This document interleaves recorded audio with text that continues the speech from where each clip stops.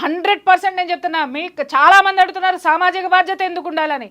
అరే సమాజంలో నీతి ఉంటేనే నువ్వు బతుకుతావు ప్రాణాలతో. ఆ నీతిని నువ్వు ఏది పెంపొందిస్తావో, నువ్వు ఏది సమాజానికి ఇస్తున్నావో అది రేపు పొద్దున వచ్చి నీ ఇంట్లో కూర్చుంటుంది. నువ్వు దౌర్జన్యాన్ని ప్రోత్సహించావు, నాకెందుకులే అని మూసుకొని పిరికి బందులాగా లోపల కూర్చున్నావా, ఆ యొక్క దౌర్జన్యం పెరిగి పెరిగి పక్కింటి వాడికి దగ్గరకు వచ్చింది, ఊళ్ళోకి వచ్చింది, పక్క రోడ్లోకి వచ్చింది, పక్కింట్లోకి వచ్చింది, నీ ఇంట్లోకి వస్తుంది. నెక్స్ట్ నువ్వే టార్గెట్. అది నీ వరకు రాదు అని మాత్రం దయచేసి ఆలోచించకండి. పిచ్చి జనాలు, పిచ్చి కథలు, పిచ్చి వ్లాగ్స్. నిజం చెప్తున్నాను కదా, సోషల్ మీడియా వచ్చిన తర్వాత జ్ఞానం ఎంత ఉందో అజ్ఞానం 10 ఉంది. దానిలో విచ్చలవిడితనం ఉంది. ఎవడు ఎంత నీచంగా పోస్టులు పెడితే, ఎవడు ఎంత నీచంగా మాట్లాడితే, నిన్నగాక మొన్న కూర్చున్న ఒక దరిద్రమైనటువంటి విషయం అన్నమాట. ఒక ప్రజాప్రతినిధి ఒక అక్రమ సంబంధం పెట్టుకుంటే వాళ్ళను కూర్చోబెట్టి రోజుల తరబడి ఇంటర్వ్యూలు, ఒక అమ్మ సిగ్గుపడుద్ది, ఒక అమ్మ ఆవేశపడుతుంది, ఒకడేమో ఆవేశపడాలో సిగ్గుపడాలో అర్థం కాక దేభ్యం మొక్క వేసుకొని వాడి సమాధానాలు చెప్తున్నాడు. ఈ దౌర్భాగ్యాన్ని సమాజం మీదకి పెట్టేటటువంటి వాళ్ళకి ఏమన్నా సామాజిక బాధ్యత ఉందా? ఇది సమాజాన్ని భ్రష్టు పట్టించేదా? ఒక వార్త వేసి తీసి అవతల అది వాళ్ళ కుటుంబ విషయాన్ని రోడ్డుకి ఇచ్చుకున్న తర్వాత ఏది చెప్పాలి, ఎవరి తరపున నిలబడాలి మీడియా? సమాజంలో ఇది ఎలాంటి దౌర్భాగ్యమైనటువంటి సిచ్యుయేషన్స్ తీసుకెళ్తుంది, కుటుంబ బంధాలని ఎలా విచ్ఛిన్నం చేస్తుందని మాట్లాడుకోవడం మానేసి, అలా మాట్లాడారా, మీరు ఏం పాట పాడారు, మీరు ఏ కన్ను గీటారు, మీరు ఎక్కడ పట్టుకున్నారు, మీరు పడుకున్నారా లేదా, ఇంత నీచమైనటువంటివి మాటలు మాట్లాడుకుంటూ ఇదే ధోరణిని పెంచుకుంటూ పోతున్నారంటే ఇవే జరుగుతాయి మిస్టర్. అడిగి ఎందుకు జరిగింది ఈ అమ్మాయికి అనంటే, మనమంతా అక్రమ సంబంధాలు ఎలా ఉన్నాయి, అవి అక్రమ సంబంధాలు కాదు, వీడు గొప్పగా బతికేస్తున్నాడు, నాకొక వీడియో కావాలి, నాకొక ఎపిసోడ్ కావాలి అని చెప్పేసి అని పుంకాలుగా తీసి అవతల బారేసి మనం మాట్లాడుతుంటే ప్రశ్నించే గొంతుక ఒక్కటే అయిపోయింది అక్కడ. ఈ గొంతుకలన్నీ దేని చుట్టూ తిరుగుతున్నాయి? నా వ్యూస్ ఎలా వస్తాయి? అక్రమ సంబంధాల మీద వస్తాయి, పోర్న కంటెంట్ మీద వస్తాయి, లేకపోతే ఇంకేదన్నా దాష్టికాలు చేస్తే వస్తాయి, ఇంకేంటి బెట్టింగ్ యాప్లు చేస్తే నాకు డబ్బు వస్తాయి. ఇలాంటి అరాచకాలు పెంపొందిస్తుంటే బెట్టింగ్ యాప్లు ప్రమోట్ చేసే వాళ్ళని కూడా స్టూడియోల్లో కూర్చోబెట్టి హీరోలుగా చూపించినంత కాలం, ఈ దౌర్భాగ్యం నడిచినంత కాలం ఆ బెట్టింగ్లో వచ్చేటటువంటి మనీ ఎక్కడికి వెళ్తుంది బాస్? ఎవరి చేతుల్లోకి వెళ్తుంది? ఎవరు నడుపుతున్నారు దాన్ని నిలబెట్టుకోవడానికి అక్కడ ఎన్ని దౌర్జన్యాలు ఉన్నాయి. దాన్ని కంట్రోల్ చేయట్లేదు ప్రభుత్వం. ఎందుకు కంట్రోల్ చేయట్లేదు? ఇవన్నీ కూడా ఒకదానికొకటి ప్రపంచం మొత్తం డబ్బు వెనక పడుతుంది. ఎవ్వరూ కూడా ఆ అమ్మాయి వెనక లేరు. చట్టం లేదు, కేవలం న్యాయస్థానం మాత్రమే ఉంది. అక్కడ కూడా నిజంగా చెప్తున్నాను, ఆ జస్టిస్కి నిజంగా చేతులెత్తి మొక్కాలి. ఆ ధర్మాసనంలో ఆ వాళ్ళు సుమోటోగా కేసు తీసుకొని ముందుకు నడిపించడం వల్ల హైకోర్టు జడ్జి నిజంగా 10 కాలాల పాటు ఇంకా ఆయన ఎన్నిటినో ఈ యొక్క సామాజిక రుగ్మతలను రూపుమాపడానికి ఇంకా ఇలాంటి వాళ్ళు ముందుకు రావాలి. ఆ ఒక్క దీని వల్లనే ఆ సంఘటన బయటకు వచ్చింది కాబట్టి ఇవాళ మన గొంతుకలు మాట్లాడుతున్నాయి. లేదు అనంటే ఎవ్వడికి పట్టనటువంటి విషయము. చాలామంది చూస్తున్నాను నేను, ఇది చాలా ఘోరం, వాడికి ఎలాంటి శిక్ష పడుతుంది, ఏమవుతుంది, వాడు బయటికి రాడు, వాడు అలా చేస్తాడు. ఎందుకు అనంటే ఇక్కడ అమ్మాయికి అన్యాయం జరిగిందని మాత్రమే స్లోగన్ ఉంది కాబట్టి వాడికి శిక్ష పడుతుంది. ఎన్ని సంవత్సరాలు శిక్ష పడుతుంది, వాడికి బెయిలే రాకూడదు అని మాట్లాడుతున్నారు. అయ్యల్లారా అమ్మల్లారా, ఎంతమంది ఇలాంటి కేసులు వస్తే బెయిల్ ఇవ్వడానికి ముందుకొస్తున్నారు మీరు? నేను అడిగాను అనుకోండి, అది మా ప్రొఫెషన్ అంటారు, కాదని అనట్లా. నీ సామాజిక బాధ్యత ఏది? ఈరోజు మీరు ఇలాంటి వాళ్ళకి బెయిల్ ఇప్పించి రోడ్ల మీద వదిలేయబట్టి కాదా ఈరోజు ఒక ఆడపిల్ల అతి క్రూరంగా, అతి నీచంగా, అతి హేయంగా బలైపోయింది ఈ సమాజంలో? మీకు బాధ్యత లేదా? న్యాయాన్ని కాపాడాల్సిన బాధ్యత లేదా? దుర్మార్గాన్ని అడ్డుకోవాల్సినటువంటి బాధ్యత లేదా? ఈ యొక్క చట్టంలో ఉన్నటువంటి ఈ వెసులుబాటులు, ఈ లొసుగుల వల్లనే కదా ఈరోజు జరిగింది. ఎంతో ఉంది, కానీ ఒక్కడో ఇద్దరో మాత్రమే ఎందుకు బయటకు వచ్చారు? చట్టం కల్పించినటువంటి ఈ యొక్క వెసులుబాటు కాదా వాడు తప్పించుకోవడానికి? లొసుగులు కాదా వాడు తప్పించుకోవడానికి? ఆ లొసుగుల్ని సమాజానికి 1కి 10 సార్లు చెప్పేటటువంటి సోకాల్డ్ వాళ్ళు కాదా? చెప్పండి. కాపాడాల్సినటువంటి వాళ్ళు ఎటువైపు వాదన మనకి ఉండాలి? నేను ఇక్కడ ఎవరిని కించపరచడం లేదండి, మనోవేదనతోటి చెప్తున్నాను. ఏది డ్రగ్ ప్లడ్లర్స్ ఉన్నారు, వాళ్ళకి బెయిల్స్ ఇవ్వడంలో నంబర్ 1. ఆయన అడిగాను నేను, ఎందుకండి మీరు ఇలా వీళ్ళకి ఎందుకు ఇలా చేస్తున్నారు, ఇది మళ్ళీ సమాజంలోకి వీళ్ళని తీసుకురావడం వల్ల వాడు ఊరుకోడు, మళ్ళీ ఇదే బిజినెస్ చేస్తాడు, సమాజానికి చేటు కాదా, సమాజానికి మీరు చేస్తున్నటువంటి ఒక మైనస్ కాదా అని చెప్పేసి అని నేను అడిగితే ఎంత చక్కటి సమాధానం చెప్పారో, నవ్వాలో ఏడవాలో నాకు అర్థం కాలేదు. ఏంటి అని అంటే, మనం ఇవ్వకపోతే ఇంకొకళ్ళు ఇస్తారండి. ఏం సమాధానం చెప్పాలి చెప్పండి? సామాజిక బాధ్యత, న్యాయం వైపు ఉంచండి. ప్రతి ఒక్కడి వైపు న్యాయం ఉండాలి, కానీ మీకంటూ న్యాయం ఉండద్దా, మనస్సాక్షి ఉండద్దా? ప్రొఫెషన్ అని పట్టుకుపోతుంటే ఇవాళ డ్రగ్ అమ్మేటోడు కూడా ఒక పెద్ద ప్రొఫెషనలిస్ట్. ఆ వాడిని ఎందుకు మీరు తప్పు పడుతున్నారు? వాడికి శిక్ష పడుతుందని ఎందుకు చెప్తున్నారు? మరి వాడిని బయటికి తీసుకొచ్చే వాళ్ళు ఎవరు? వాళ్ళని కాపాడే రాజకీయ పార్టీలు, రాజకీయ నాయకులు. ఇవాళ మొత్తం అంతా కూడా కోల్కతాలో ఏం జరుగుతుంది, అసలు ఎంత పెద్ద డ్రామా జరుగుతుందంటే, ద గ్రేట్ మమతా బెనర్జీ గారు, ఆవిడే హోంమంత్రి, ఆవిడే చీఫ్ మినిస్టర్, హోంమంత్రి, వైద్య శాఖ మంత్రి, ఆవిడ అదంటే ఒక సామెత ఉంది, ఉల్టా చోర్ కొత్వాల్కో డాటే అని, దొంగ పోలీసుని దొంగ అని చెప్పేసి అని వెనకబడి కొట్టినాడంట. ఆ విధంగా ఏమైపోయిందంటే, ఈవిడ ముఖ్యమంత్రి సీట్లో కూర్చుంటేనో, లేకపోతే హోమ్ మినిస్టర్ సీట్లో కూర్చుంటానో, ఆరోగ్య శాఖ మంత్రి సీట్లో కూర్చుంటేనో, ఎక్కడ ఈ విషయం మీద చర్యలు తీసుకోవాల్సి వస్తుందో, పొరపాటున న్యాయం చేయాల్సి వస్తుందో అనేది ఆ కుర్చీ గబక్కన దిగేసి రోడ్డు మీద పడిపోయి ఆవిడ ఉద్యమాలు చేస్తుంది. నాకు అర్థం కాక అడుగుతాను, మిస్టర్ దీదీ, కోల్కతా ఖాళీ అని పిలిపించుకున్నావు, కానీ కాగితపు ఖాళీ.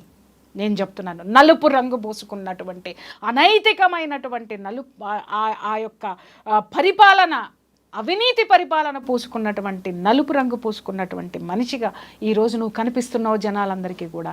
రోడ్డు మీదకి ఎందుకు వస్తావు? చట్టం చేసేది నువ్వు, చట్ట సభలో నువ్వు ఉన్నావు, చట్ట సభకి ప్రాతినిధ్యం వహిస్తున్నటువంటి ముఖ్యమంత్రివి, రాష్ట్రాన్ని నువ్వు తలుచుకుంటే నువ్వు ఒక హోమ్ మినిస్టర్కి అత్యవసరమైనటువంటి చర్యలు తీసుకునేటటువంటి స్పెషల్ ఇవి ఉంటాయి, రైట్స్ ఉంటాయి.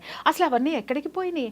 అవన్నీ వదిలేసేసి ఎంత తెలివిగా ఆవిడ రోడ్డు మీదకి వచ్చేసేసి ఎవరిని కాపాడుతుంది మిస్టర్? అండ్ ఇంకొక విషయం కూడా చెప్పాలి, ఎవరిని కాపాడుతుంది? ఇక్కడ నేరస్తుల్ని కాపాడడానికి సాక్షాత్తు ముఖ్యమంత్రి రోడ్డు మీదకి వచ్చి న్యాయం జరగాలి. అరే నువ్వే తల్లి న్యాయం చేయాల్సింది. కాల్చవతల పారేస్తావో, ఉరిశిక్ష వేస్తావో, న్యాయస్థానాలకి రిక్వెస్ట్ చేస్తావో, ఏం చేస్తావో చేయవలసినటువంటి నువ్వు ఎంత నిస్సిగ్గుగా ఆవిడ చర్యలు ఉన్నాయంటే, ఒక ఆడదయ్యి ఉండి నిజంగా సిగ్గుపడుతున్నాను నేనైతే మాత్రం. ఆవిడకి నిజంగా బంధం విలువ తెలియదా? లేకపోతే ఆవిడ తల్లి మాతృత్వం యొక్క విలువ ఆవిడకి తెలియదా? ఆవిడ అసలు ఒక ఆడదేనా అని నేను అడుగుతున్నాను నేను. ఎందుకంటే ఎంతటి ఆడదానిలోనైనా ఒక మాతృత్వం అనేది ఉంటుంది. ఆ మాతృత్వపు ఛాయల్ని కూడా చంపుకొని తిరుగుతున్నటువంటి ఇలాంటి కోహనా మేధావులని పిలువబడేటటువంటి వీళ్ళని, పరిపాలకుల్ని మనం ఏమందామయ్యా? అండ్ ఇంకొకటి ఏంటంటే, సో మీరు ఇందాక రాజకీయ యాంగిల్ వరకు మీరు మాట్లాడారు కాబట్టి ఒకటి అడుగుతున్నా మేడం. ఇప్పుడు ఎప్పుడైతే ఇష్యూ అనేది కూడా, సో కోల్కతా వరకు ఆ పోలీసుల వరకు ఉన్న చర్యలు ఆ టైంలలో కూడా ఇంత హైప్ అనేది రాలేదు. ఎప్పుడైతే న్యాయస్థానం అనేది కూడా సిబిఐ వాళ్ళకి ఇచ్చిందో, దానిలో కొత్త వెలుగులు అనేది కూడా వస్తున్నాయి. అప్పుడు మీరు అన్నట్టు దీది అనేది కూడా వచ్చి ప్రొటెస్ట్ చేయడం అనేది కూడా మొదలుపెట్టింది. ఇలాంటి ప్రొటెస్ట్ నీట్గా శాంతియుతంగా జరుగుతున్న టైంలో ఆర్జే కర్ మరి ఆ హాస్పిటల్ ముందు చేస్తున్న ఆ జూనియర్ డాక్టర్లు కానీ సపోర్ట్ చేస్తున్న వాళ్ళ మీద సమ్ పర్సన్స్ ఎవరెవరో వచ్చి రిటర్న్లో దాడి చేయడం ఏంటి మేడం ఇది? నేను ఇక్కడ ఇందాకే చెప్పా, ఎవరు హోమ్ మినిస్టర్ ఎవరు, ముఖ్యమంత్రి ఎవరు, హోమ్ మినిస్టర్ ఎవరు, ఆరోగ్య శాఖ మంత్రి ఎవరు? ఇక్కడ ఈ కేసుకి సంబంధించినటువంటి 3 కీలకమైనటువంటి శాఖలు ఆవిడ దగ్గరే ఉన్నాయి. అకృత్యాలు జరుగుతున్నది మొత్తం, ఈ డ్రగ్స్ అమ్ముతున్నటువంటిది, ట్రాఫికింగ్ జరుగుతున్నటువంటిది, శాంతి భద్రతలకు సంబంధించినటువంటి అనైతికమైనటువంటి చర్యలు, ఇక్కడ శాంతి భద్రతల లోపం ఎక్కడ జరుగుతుంది? ఒక ఆసుపత్రిలో జరుగుతుంది. ఈ రెండిటిని మీద చర్యలు తీసుకోవాల్సిన పొజిషన్ ఎవరిది? ముఖ్యమంత్రిది. ఈ 3 ఆవిడే. కాబట్టి ఆవిడ ఏం చేస్తుంది, అక్కడ ఉన్నటువంటి ఉన్నటువంటి ఏవైతే ఇవి ఉన్నాయో, సాక్ష్యాధారాలు ఏవైతే ఉన్నాయో వాటిని నాశనం చేయడం, ఆవిడ రాష్ట్రాన్ని నాశనం పట్టించిందండి. సాక్ష్యాలని నాశనం చేయడం ఆవిడకు ఒక లెక్క, భ్రష్టు పట్టించి అవతల పారేసింది. రేపొద్దున దేశానికి పట్టిన అతి దరిద్రమైనటువంటి లీడర్ ఎవరైనా ఉన్నారు అని అంటే ఈవిడొక్కటేనేమో. ఒక ఆడదానిగా నేను ఇన్ని మాట్లాడడం నిజంగా చెప్తున్నాను, సిగ్గుపడుతున్నాను. నేను ఒకటే మాట్లాడుతాను అనొచ్చు, ఆడదానివై ఉండి ఇట్లా మాట్లాడతామని. కేవలం నేను ఒకసారి నైటీల గురించి మాట్లాడినందుకు అబ్బో ఆడవాళ్ళందరూ నా మీద విపరీతంగా దాడి చేసేశారు. మరి నేను ఆడదాన్ని కాదా? నేనేం మాట్లాడాను? అందంగా ఉండండి అమ్మా, ఇలా ఎందుకుంటున్నారని మాట్లాడినందుకు మీకు కోపం వచ్చిందే. మరి ఒక ఆడపిల్లని కాళ్ళు విరిచి కళ్ళు పీకి ఈ విధంగా ఎముకలు విరగొట్టి నుజ్జు చేసి ఇంత నీచమైనటువంటి చర్యకి పాల్పడడానికి, అక్కడ అకృత్యాలు అన్నీ జరగడానికి, అంత ఘోరమైన చర్య జరగడానికి నీళ్లు పోసి మొక్కని ఒక వటవృక్షంలో పెంచినది కూడా ఒక ఆడదే. ఆడదాన్ని వీళ్ళందరూ ఏం చేస్తున్నారని నేను అడుగుతున్నాను first. And post mortem report కూడా ఒకసారి చూస్తే నియర్లీ 14 దెబ్బలు, అంటే 14 రకాలమైన దెబ్బలు అనేది కూడా అమ్మాయి ఒంటి మీద కూడా ఉన్నాయి. ఇంత ఘోరంగా ఇంత హేయంగా జరగడానికి గల కారణం ఏదైనా కానీ ఒక పర్సనల్ రివెంజ్ అనేది ఉంటేనే కదా. అదే నేను ఇందాక నుంచి మాట్లాడింది అదే కదయ్యా. పర్సనల్ రివెంజ్ ఎవరికి ఉంది? అక్కడ డ్రగ్స్ అమ్మేటోడికి ఉంది. పర్సనల్ రివెంజ్ ఎవడికి ఉంది? అక్కడ ఆ సెక్స్ రాకెట్ నడిపేటటువంటి వాడికి ఉంది. పర్సనల్ రివెంజ్ ఎవడికి ఉంది? ఎవడైతే ప్రశంసబడుతున్నాడో వాడికి ఉంది. ఆ చుట్టూ ఉన్నటువంటి వాడు నడిపేటటువంటి వ్యవస్థలో ఉన్నటువంటి ప్రతి ఒక్కళ్ళకి కూడా గ్రడ్జి ఉంది. కాబట్టి వీళ్ళందరూ కలిసి పన్నినటువంటి పన్నాగంలో ఆవిడ బలి అయిపోయింది. ఆ అమ్మాయి బలి అయిపోయింది. ఈరోజు ఆ అమ్మాయి మనందరి కోసం పోరాడి చనిపోయింది. మనందరి కోసం. ఈ సమాజం ఇలా ఉండకూడదు, ఈ సమాజం డ్రగ్స్ లేకుండా ఉండాలి, ఈ సమాజంలో ఆడపిల్లల్ని స్వంత లాభాల కోసం శారీరకంగా వాడుకుంటున్నారు, లైంగికంగా వాడుకుంటున్నారు అని చెప్పి ఎదిరించినటువంటి ధీర వీర వనిత పిల్లండి. మ్యామ్, న్యాయం జరుగుతుంది ఖచ్చితంగా. ఇంత పెద్ద అటెన్షన్ అనేది వచ్చింది, ప్రతి ఒక్కరు కూడా దీనికి న్యాయం జరగాలని వీ వాంట్ జస్టిస్ అంటూ ఉన్నారు. ఇదంతా బాగానే ఉంది. యాజ్ ఎ ఫ్యామిలీ కౌన్సిలర్గా సో మనం కూడా కొన్ని ఇలాంటి సమయంలో వింటూ ఉంటాం. సో కూతుర్ని పెంచడమే కాదు, కొడుకును కూడా పెంచడం అనేది కూడా మీరు నేర్పించాలి అని చెప్పేసి అంటూ ఉన్నారు. ఇలా కొడుకును పెంచేటప్పుడు సో తర్వాత తరానికి తల్లిదండ్రులు ఎలాంటి జాగ్రత్తలు చెప్పి పెంచితే బాగుంటుందని మీరు అంటారు? మీరు చెప్పండి. దిక్కుమాలినటువంటి కళ్ళు మూసుకుపోయినటువంటి ప్రేమలు తీసి పక్కన పెట్టండి. ఫస్ట్ తల్లిదండ్రులకి నేను చెప్తున్నాను, ఏమన్నా చావండి, నన్ను తిట్టుకున్నా నాకు ఫరక్ పడదు. ఒక్కటి మాత్రం చెప్తున్నాను, ఎవడైనా అమ్మ నీ కొడుకు డ్రింక్ చేస్తున్నాడనో, నీ కొడుకు సిగరెట్లు కాలుస్తున్నాడనో, నీ కొడుకు అమ్మాయిలకి లైన్ వేస్తున్నాడనో, లేదా నీ కొడుకు ప్రవర్తన బాగాలేదు లైంగికంగా వేధిస్తున్నాడని ఏ కన్న తల్లికైనా ఎవత్తైనా తీసుకెళ్ళి ఒక చిన్న కంప్లైంట్ ఇవ్వండి. ఆ తల్లి ఎట్లా రియాక్ట్ అవుతుందో మీ అమ్మాయిని అదుపులో పెట్టుకోండి.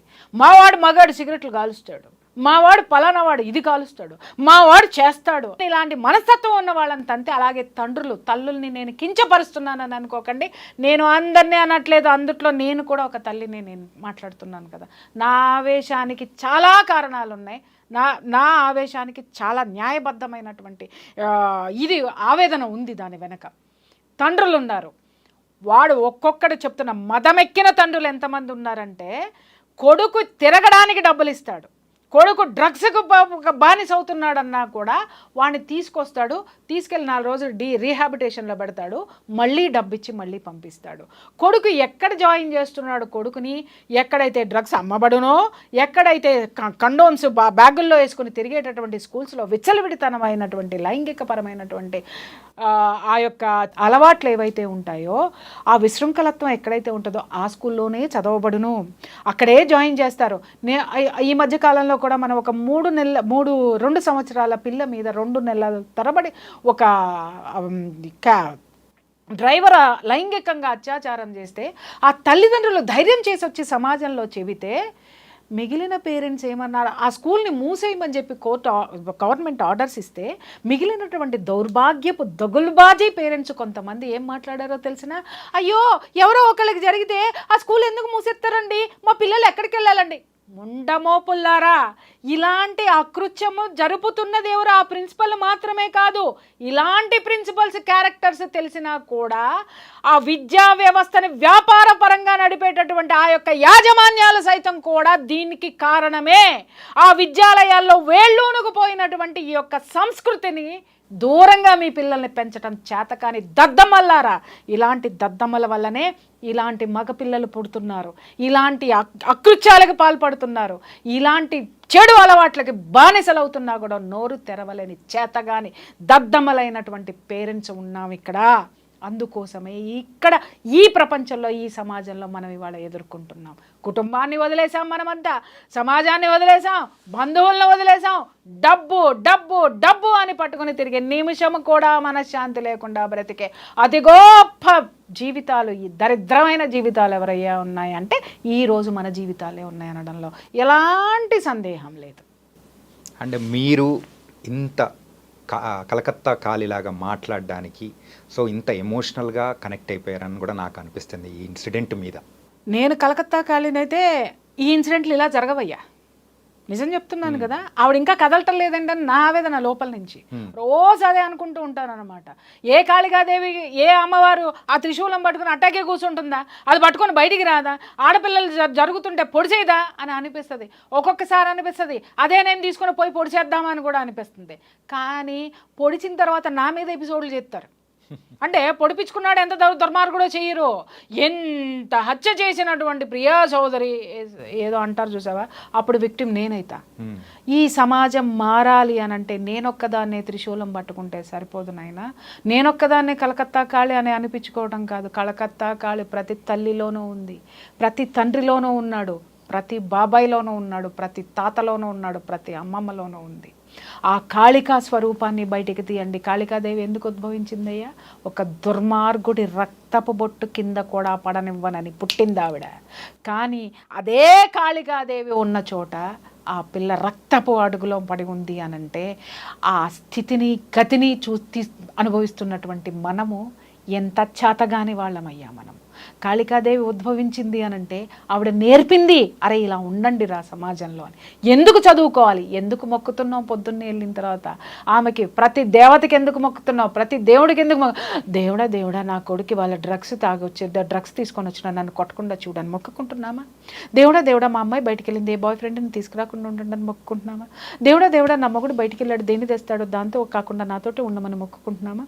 లేదా దేవుడా నేను మాత్రమే బాగుండాలి, నా కుటుంబం బాగుండాలి, నా కొడుకు ఏం చేసినా, నా కూతురు ఎంత విచ్చలవిడితనంగా తిరిగినా, నేను ఏ దౌర్భాగ్యాలు చేసినా నన్ను ఎవడు పట్టుకోవద్దు, నా కుటుంబం జోలికి ఎవడు రావద్దు, నేను మాత్రమే రాజులాగా ఉండాలని వీడు కోరుకుంటున్నాడా? ఎలాంటి కోరికలతోటి మనం అడుగుతున్నాము. అందుకే దేవతకు కూడా విరక్తి పుట్టిందయ్యా. ఎవడి మీదకి వదిలేసిందంటే ఇవాళ సమాజంలో ఉన్న మన మీదకి వదిలేసింది బాధ్యత కలకత్తా కాళి. ఆ కలకత్తా జనమే తేల్చుకుంటారు. ఇప్పటికీ కూడా నేను ఎప్పుడూ ఒక మాట మాట్లాడుతూ ఉంటాను, ప్రకృతి అనేది మాత్రం ఏ రోజుకైనా విశ్వానికి ఛాలెంజ్లు విసరకు బ్రదర్, తిరిగి అది ఛాలెంజ్ విసిరితే తట్టుకోలేవు. కొన్ని వందల సార్లు చెప్పినా నేను ఈ మాట. ఈరోజు ద గ్రేట్ దిక్కుమాలిన కాగితపు దీది, కాలారంగు దీది అనుభవిస్తుంది విశ్వం విసిరిన సవాల్ని. ఏ యాంగిల్ నుంచి ఎటు వచ్చినా కానీ సో దానికి వెనకల ఏ అంటే ఎవరుంటారు ఏంటి అనేది కూడా మీరు చాలా నీట్గా కూడా ఎక్స్ప్లెయిన్ చేసి చెప్పారు. So thank you so much Priya Chaudhary garu. Thank you. So guys, ప్రతి ఒక్కరు కూడా మరి ఈ ఇన్సిడెంట్ గురించి తలుచుకున్నారంటే ఖచ్చితంగా గుండె తడి, ఆ ఖచ్చితంగా కంట్లో నుంచి నీరు వచ్చేది కూడా ఖచ్చితంగా ఉండే ఉంటుంది. అయ్యో అనుకున్న క్షణాలు కూడా మనకు ఉండే ఉంటాయి. కాబట్టి ఇలాంటివి మన ఇంటి వరకు కూడా రాకూడదు అని అనుకుంటే మనం కూడా సామాజిక బాధ్యతతో ఏదైనా కానీ తప్పులు జరుగుతున్నాయంటే ప్రశ్నించే అవకాశం అనేది కూడా మీరు తీసుకొని దాన్ని ప్రశ్నించారంటే మనం ముందుకి జాగ్రత్తగా వెళ్ళొచ్చు, భవిష్యత్ తరాలని కూడా మనం హ్యాపీగా ఉంచవచ్చు. ఇది ఇవాల్టి ఇంటర్వ్యూ. మరో ఇంటర్వ్యూతో మళ్ళీ కలుద్దాం.